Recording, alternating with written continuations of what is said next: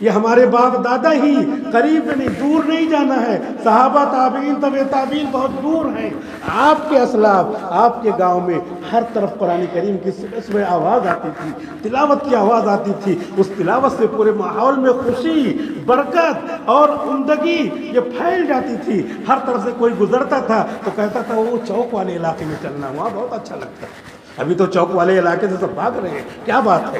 وہی گنوا دی ہم نے جو اسلاف سے میراث پائی تھی، سریا سے زمین پر آسمان نے ہم کو دے مارا، ہم سریا پر تھے، بلندی پر تھے، ہر جگہ ہمارا تذکرہ ہوتا تھا، ہمارے خاندان کا باپ دادوں کا تذکرہ ہوتا تھا۔ آج سب لوگ ہم سے جو ہے دور ہو رہے ہیں، ان کا تذکرہ نہیں کرنا چاہتے، کیوں؟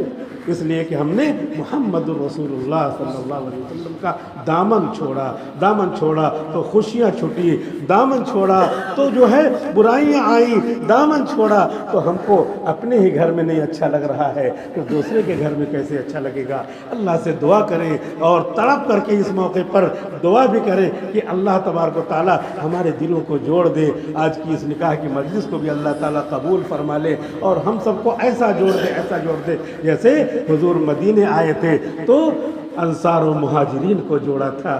اللہ رب العزت کہنے سے زیادہ، سننے سے زیادہ عمل کرنے کی توفیق عطا فرمائے۔